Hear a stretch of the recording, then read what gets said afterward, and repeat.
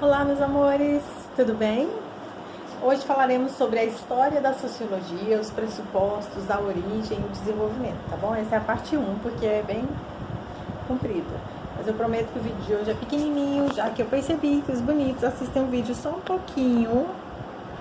O YouTube que me contou, tá? Que vocês assistem de 3 a 4 minutos em média. Obviamente que não são todos alunos, né? Tem uns alunos aí que arrasam, que são maravilhosos e que assistem tudo. E tem uns que não assistem nada. Então vamos lá. Para compreender como a sociologia se desenvolveu, nós devemos analisar as transformações que ocorreram a partir do século XVII. Onde?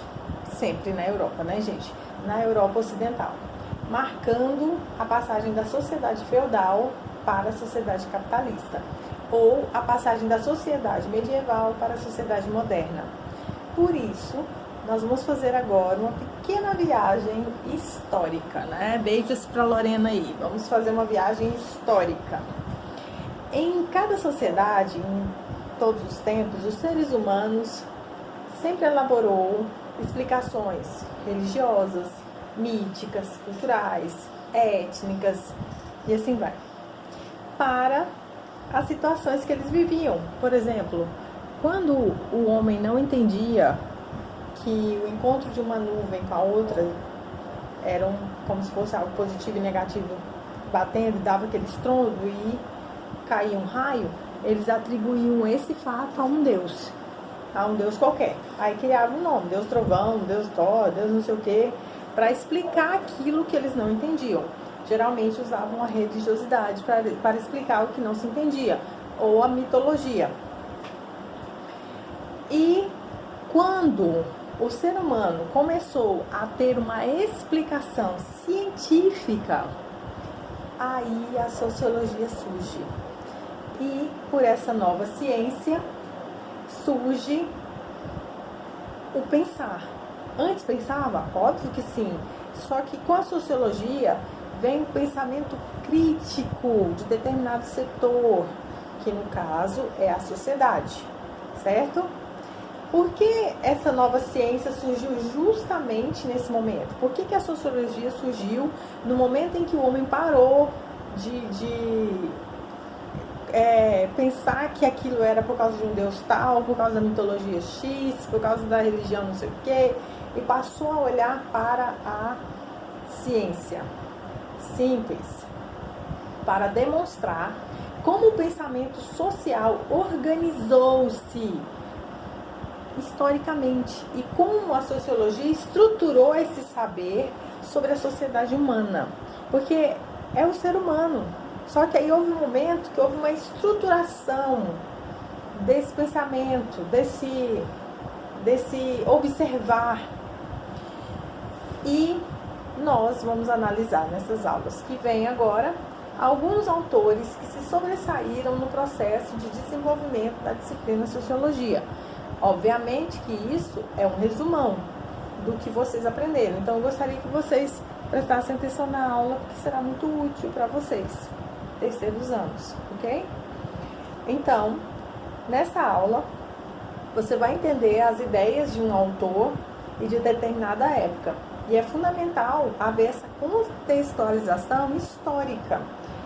Eu posso dizer que os indivíduos e grupos concebem a sociedade em que vivem por meio de categorias de pensamento. Categorias de pensamento que surgem das tradições do universo religioso, das raízes filosóficas, do conhecimento científico, enfim. Então, nós vamos contextualizar. É uma contextualização para nós explicarmos o surgimento da sociologia, certo? Eu tive que tirar o tripé, aí eu tô apoiada em outra coisa aqui, aí fica descendo, aí agora eu fico só assim, só a cabeça, certo? Novas formas de pensar a sociedade. A sociologia surgiu como um corpo de ideias. Corpo de quais ideias? A respeito do processo de constituição, consolidação e desenvolvimento da sociedade moderna. E é fruto da Revolução Industrial. Você não pode esquecer isso, porque isso pode cair no seu Enem. A sociologia é fruto da Revolução Industrial. E nesse sentido, é denominada a ciência da crise. Por quê?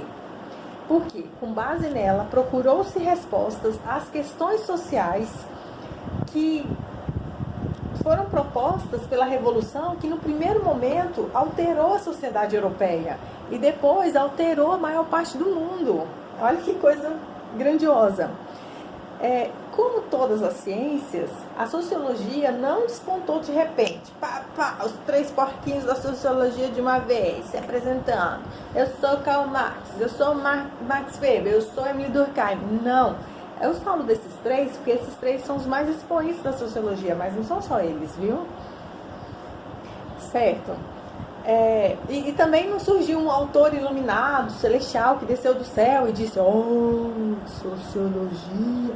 Podia, né? Quem sabe? Quem sabe vocês tivessem mais um gosto pela sociologia. Mas se fosse assim, aí não seria sociologia. Certo. A sociologia se constituiu com base em conhecimentos sobre a natureza e a sociedade, que se desenvolveram a partir do século XVII,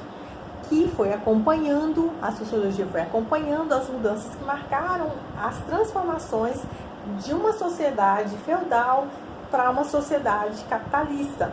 E entre essas mudanças, nós podemos citar a expansão marítima europeia. O que aconteceu?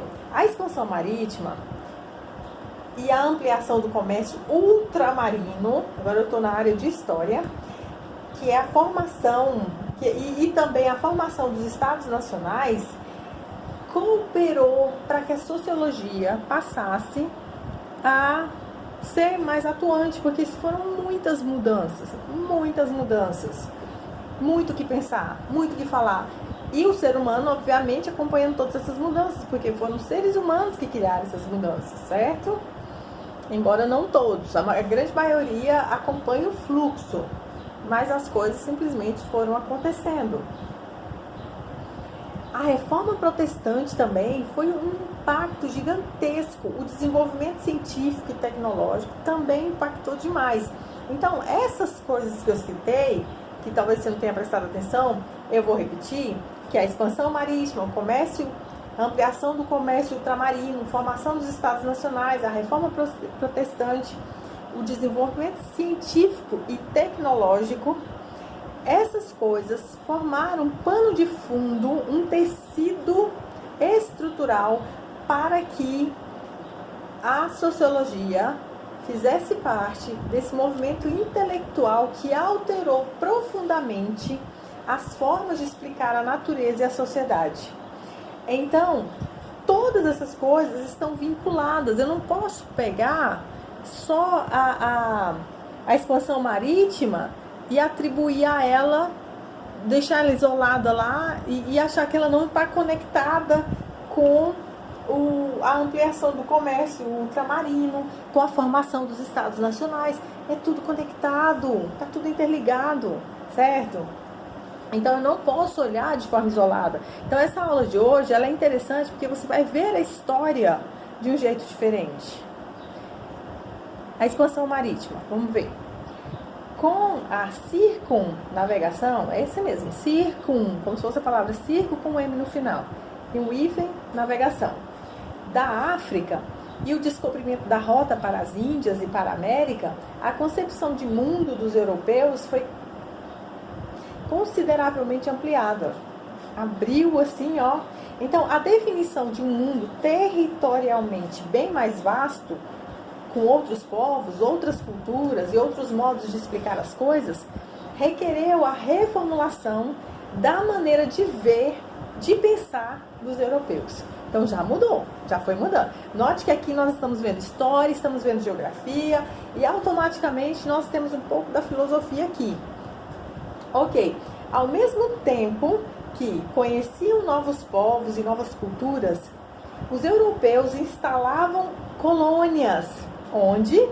Na África, na Ásia e na América. E em razão disso, expandiu-se o comércio das mercadorias das sedas, das especiarias, os produtos tropicais, como açúcar, milho, tabaco e café, entre as metrópoles e as colônias, bem como entre os países europeus.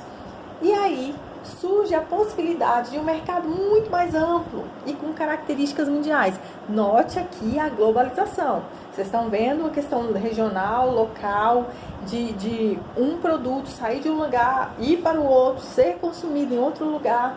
E a exploração de metais preciosos também contribuiu muito, principalmente na América. E o tráfico de escravos também, que era para suprir a mão de obra nas colônias. E isso deu um impulso gigante ao comércio, que não ficou mais restrito aos mercadores das cidades-repúblicas. O negócio foi crescendo. Por exemplo, as cidades-repúblicas eram Veneza, Florença ou Flandes. Certo? O negócio foi crescendo, já não ficou só aí, só entre os mercadores. E aí passou também para as mãos dos grandes comerciantes e de soberanos dos estados nacionais em formação da Europa. Certo? Olha o quanto de coisa. Enquanto isso, a sociologia estudando tudo isso. Então, toda essa expansão territorial e comercial acelerou o desenvolvimento da economia monetária, com a acumulação dos capitais pela burguesia comercial, que mais tarde teve uma importância decisiva, marcante na gestação do processo da industrialização da Europa. A sociologia aí, ó, juntinho. Tô terminando. E aí vem a constituição do Estado moderno. As mudanças que se operavam nas formas de produzir riqueza só poderiam funcionar se ocorressem modificações na estrutura política. Então, pouco a pouco, foi acontecendo um processo de centralização da justiça, com a adoção de um novo sistema jurídico fundamentado no direito romano. Aí houve uma verificação da centralização das Forças Armadas, com a constituição de um exército permanente, da administração, com o estabelecimento de um aparato burocrático ordenado hierarquicamente. Isso você estudou no segundo ano, que eu dei essa aula para vocês. No segundo ano, como que surge o Estado moderno. Um sistema de cobrança de impostos, permitindo a arrecadação constante dos recursos para manter todo esse aparato jurídico, burocrático e militar debaixo de um único comando, o Estado. Nascia dessa forma o Estado moderno, que favoreceu a expansão das atividades vinculadas à produção têxtil, à mineração e à siderurgia, bem como ao comércio interno e externo. Presta atenção na riqueza dessa aula de hoje. Eu fiz para vocês um resumão do segundo ano e do terceiro ano em pouquíssimas palavras, certinho? Então assistam. Se ficou com dúvida, assista novamente. Fiquem bem. Adoro vocês.